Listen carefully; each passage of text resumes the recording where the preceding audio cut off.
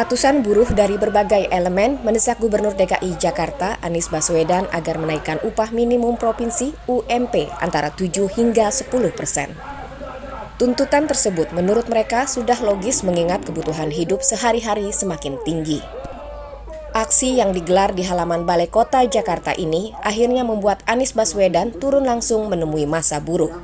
Jadi teman-teman sekalian, kami memahami dan saat ini kami sedang sama-sama memperjuangkan agar UMP di Jakarta naik lebih tinggi daripada yang formula yang ada sekarang. Dan itu sudah kita kirimkan karena kita harus bekerja mengikuti prosedur, betul tidak? Karena itu saya minta teman-teman semua sampaikan ini juga dengan tertib. Saya terima kasih bahwa teman-teman datang ke sini dengan tertib dan ini menjadi contoh bahwa memperjuangkan kebenaran dilakukan dengan cara yang benar, dilakukan dengan cara yang baik, dan biarkan buruh jadi contoh buat semuanya. Jadi teman-teman, Mas Winarso dan seluruh teman-teman KSPI, saya ingin sampaikan terima kasih. Kita hari-hari ke depan akan bahas ini. Perlu saya sampaikan, tanggal 20 harus dikeluarkan. Kenapa harus dikeluarkan? Karena ketentuannya mengharuskan harus keluar keputusan gubernur sebelum tanggal 20. Bila tidak mengeluarkan, maka jadi melanggar.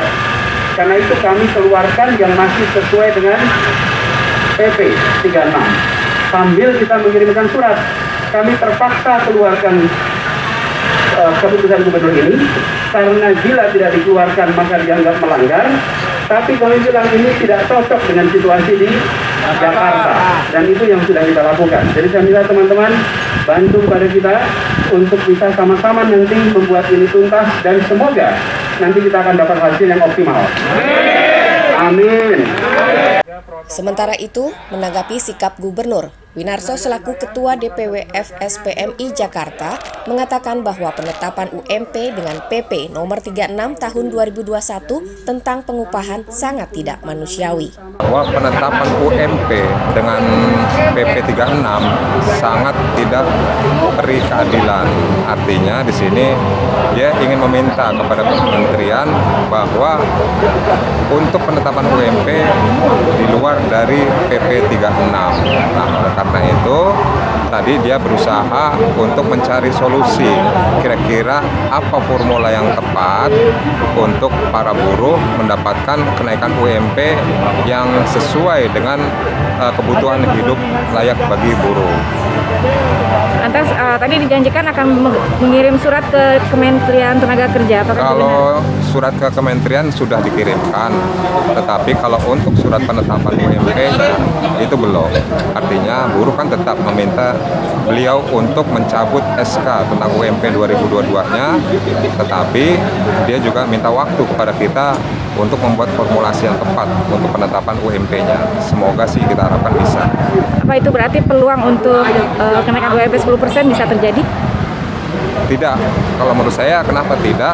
Karena memang tetap di posisi Pak Gubernur itu akan sulit. Dia juga harus melihat tentang tingkat kesulitan dari teman-teman pengusaha yang memang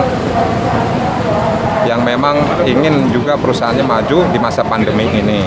Dia juga ingin agar buruh mendapatkan upah yang layak sesuai dengan tuntutan buruh. Artinya di sini mungkin ini prediksi kita, Pak Gubernur akan mengambil angka di tengah-tengah sesuai dengan apa yang dibutuhkan oleh buruh, yaitu pertumbuhan ekonomi dan juga inflasi. Apa langkah selanjutnya dari KSPI? Langkah selanjutnya kita akan menunggu putusan ini seperti apa. Dengan rencana kita, yaitu mogok nasional, itu tetap berjalan apabila pemerintah tetap menerapkan bahwa pengupahan di DKI khususnya dan juga nasional masih menggunakan PP 36. Kita akan melakukan mogok nasional. Jakarta, Sriwijaya Media, Santi mengabarkan.